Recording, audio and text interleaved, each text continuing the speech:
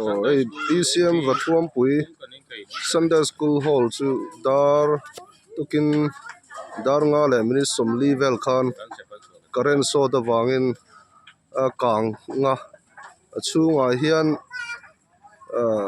ko ran thil poimo sang kha kan da chan chu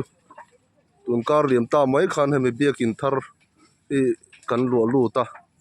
la biakin hluya store room a kan thil da poimo tak ko ran thil poimo zong kha kan da hria ti chuanin ti sonin a vain a kang ral ringot mai ni so fire department te om si lowa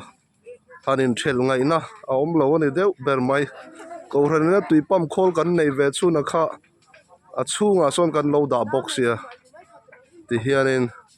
engkim mai kan chan ani deuh ber mai ko ran mi pui te min lo tawngtai puya min lo hriat pui nan kan ron record ani